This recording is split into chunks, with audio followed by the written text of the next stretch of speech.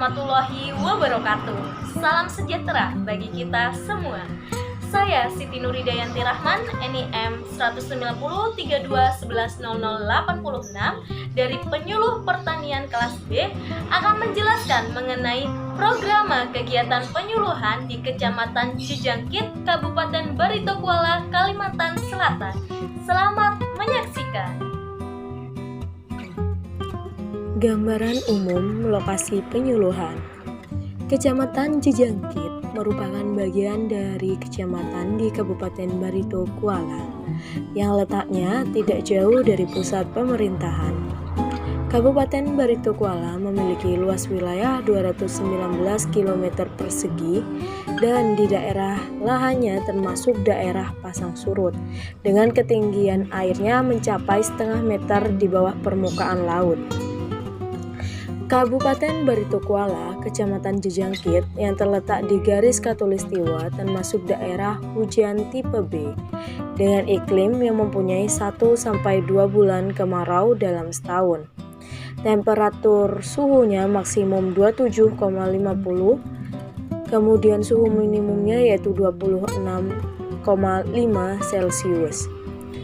Selanjutnya yaitu keadaan demografis. Kecamatan Cijangkit memiliki jumlah penduduk sebanyak 6.780 orang yang terdiri dari jenis kelamin laki-laki dan juga perempuan.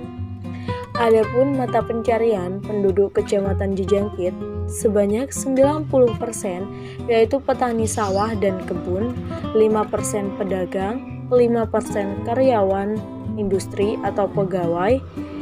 Kemudian potensi wilayah di daerah ini yaitu pertanian, perkebunan, perikanan berupa lokal air tawar dan ternak dengan komoditas utamanya yaitu padi. Dilihat dari profil kelembagaan di Desa Cijangkit, terdapat 1 gabungan kelompok tani atau Gapoktan dan 6 kelompok tani di bawah naungan Gapoktan yang berhasil membudidayakan komoditas padi. Sawah dengan total luas lahan mencapai 930 ha yang dibudidayakan oleh sekitar 340 orang petani. Dari adanya gambaran umum di lokasi penyuluhan, terdapat isu-isu ataupun permasalahan di lokasi penyuluhan. Nah, di sini ada 5 isu. Yang pertama yaitu di daerah Cijangkit ini lahannya merupakan lahan rawa lebak. Jadi pengelolaan air yang kurang optimal sehingga produktivitasnya dari hasil pertanian pun kurang efektif ataupun masih kategori rendah. Yang kedua yaitu masuknya perkebunan kelapa sawit ke wilayah lahan rawa. Hutan alam yang menjadi sumber kehidupan masyarakat dirambah untuk dijadikan perkebunan kelapa sawit oleh pemerintah daerah. Kemudian isu yang ketiga yaitu mengenai lahan saat musim penghujan itu tergenang. Mayoritas lahan rawa tersebut membuat produktivitas padi khususnya itu menurun. Kemudian yang keempat yaitu musim kemarau lahan benar-benar kering. Nah, di sini pendapatan petani pada saat musim kemarau kering diakibatkan karena daerah Cijangkit pada musim penghujan kelebihan air dan ketika musim kemarau itu sangat kekurangan air. Kemudian isu yang terakhir yaitu sulitnya pengolahan lahan gambut. Nah, lahan gambut yang dikelola oleh para petani enggan untuk mengolahnya. Sehingga hal ini yaitu mengakibatkan banyak lahan yang terbengkalai.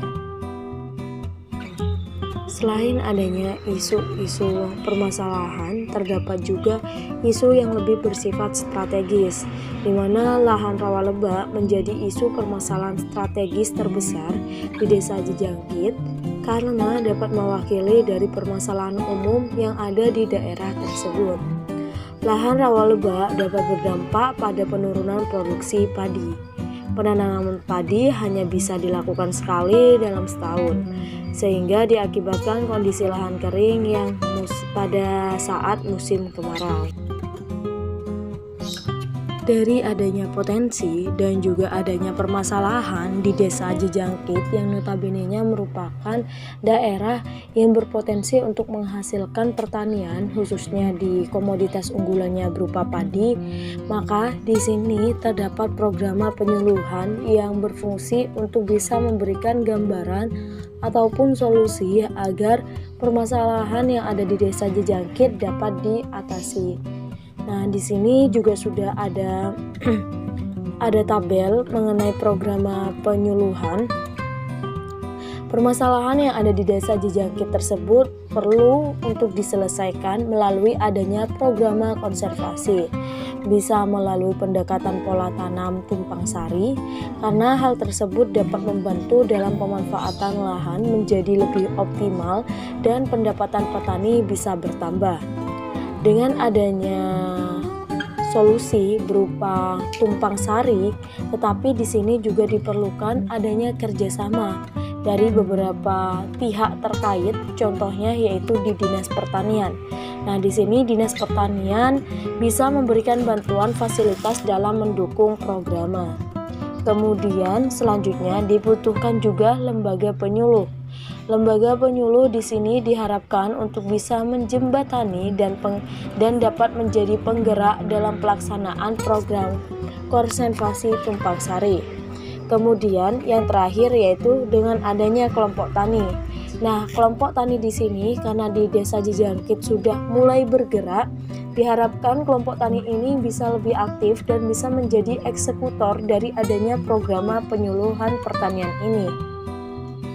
Kemudian, alur program penyuluhan ini bisa dilakukan yang pertama yaitu melakukan sosialisasi kepada poktan ataupun kepada kelompok tani.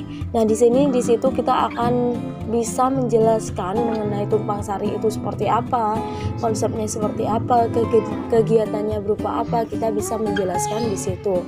Kemudian yang kedua yaitu kita bisa langsung memberikan materi melalui focus group discussion. Nah, di situ kita bisa mengundang para poktan sehingga kita bisa lebih memberikan penjelasan lebih dalam mengenai tumpang sari tersebut. Yang ketiga, kita bisa memaparkan rencana program, hal apa yang akan kita lakukan ke depannya seperti apa.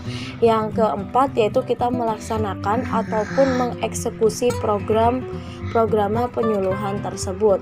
Nah, di situ barulah kita melakukan eksekusi bagaimana tumpang sari bisa dilaksanakan di lahan pertanian. Adapun materi penyuluhan yang dapat disampaikan kepada kelompok tani yaitu meliputi 3 materi penting. Yang pertama yaitu mengenai pertanian lahan rawa lebak. Nah, di sini materi ini akan menjelaskan terkait potensi dari lahan rawa lebak itu sendiri, kemudian cara perlakuan dalam sistem pertanian dan bagaimana pemanfaatan lahan rawa lebak secara optimal. Kemudian materi yang kedua yaitu peluang pasar. Nah, di materi peluang pasar ini dapat menjelaskan peluang pasar saat ini sehingga membantu dalam membangun pola pikir masyarakat untuk meningkatkan pola tanam tumpang sari. Kemudian yang ketiga, materi terakhir yaitu pada intinya adalah materi pola tanam tumpang sari. Nah, di dalam materi ini akan menjelaskan secara detail mengenai tumpang sari, manfaat pola di tumpang sari ini, kemudian keunggulan dan juga komoditas yang dapat ditanam. Dengan adanya program penyuluhan tersebut, tentunya juga butuh merencanakan kegiatannya kapan dilakukannya. Nah, di tabel tersebut saya sudah merencanakan kegiatan mulai dari penyampaian materi pertanian lahan rawa lebak itu akan dilaksanakan sekitar tanggal 10 sampai 12 Januari 2021. Kemudian penyampaian materi peluang pasar yang akan dilakukan secara FGD akan dilaksanakan pada tanggal 17 Januari 2021. Yang ketiga yaitu penyampaian pola tanam tumpang sari akan dilaksanakan pada tanggal 18 Januari 2021. Yang keempat yaitu Dinas Pertanian akan mengadakan program tumpang sari khusus kelompok tani di Kecamatan Jejangkit itu tanggal 19 Januari 2021. Yang kelima yaitu pengarahan dari penyuluh untuk memaparkan konsep ataupun persiapan yang harus dilakukan oleh kelompok tani terkait, itu tanggal 20. Kemudian yang keenam yaitu penentuan kelompok tani yang berhasil ataupun paling bagus dari kegiatan program tersebut. Itu dilaksanakan pada tanggal 1 Februari 2021. Dan yang ketujuh yaitu monitoring ataupun evaluasi dari kegiatan yang telah dilaksanakan. Itu tidak terbatas jangka waktunya.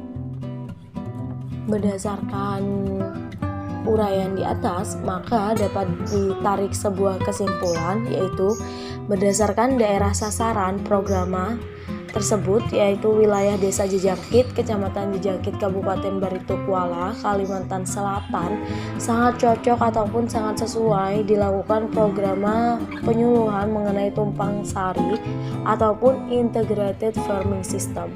Hal ini bisa menambah pendapatan selain dari hasil padi, air yang banyak bisa dimanfaatkan sebagai kolam ikan. Jadi dengan adanya tumpang sari ini sangat sesuai untuk bisa meningkatkan potensi pertanian yang ada di Desa Jejangkit. Cukup sekian pemaparan mengenai program penyuluhan di Desa Penyakit Barito Kuala, Kalimantan Selatan. Semoga dengan adanya program penyuluhan ini dapat bermanfaat bagi kita semua dan juga dapat menginspirasi bagi pertanian yang jika lahannya memang merupakan jenis lahan rawa lebah. Semoga pertanian Indonesia makin bagus dan makin meningkat untuk jumlah produksinya.